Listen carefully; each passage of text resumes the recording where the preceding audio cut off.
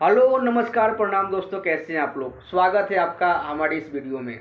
दोस्तों, आप जैसा कि जानते हैं कि भोजपुरी में हमेशा विवाद चलता ही रहता है। हमारी भोजपुरी इंडस्ट्री की एक बहुत ही अच्छी एक्ट्रेस हैं रानी जी।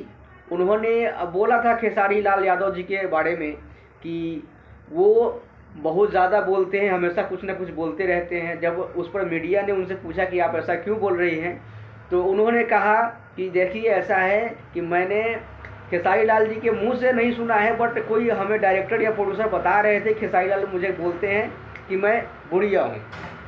इस पर मैंने रिएक्ट किया था। जैसा खेसारी लाल के मुंह से आप कई बार सुने होंगे कि हाँ, एक समय था जब रानी चटर्जी कहती थी कि ये कौन है, ये तो हीरो होगा ही नहीं, हीरो के लायक है ही नहीं।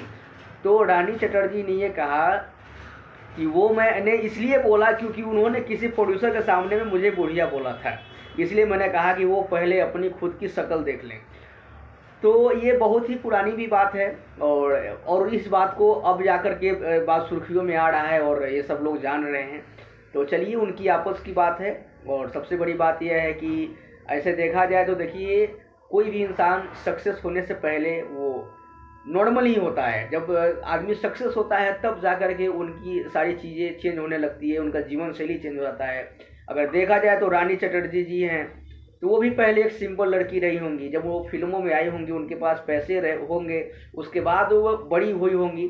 तो किसी भी स्टार के बारे में ये बोलना कि हाँ वो ये स्टार के लायक नहीं है, चाहे खेसारी लाल जी हैं, तो भाई कोई गरीब घर के लड़का जरूर है, लेकिन कहने का मतलब है कि कोई आदमी धीरे धीरे ही आगे बढ़ता है, चाहे वो रानी जी हो, चाहे वो खेसारी लाल जी हो।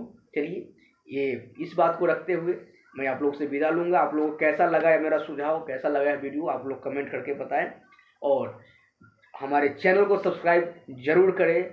धन्यवाद दोस्तों।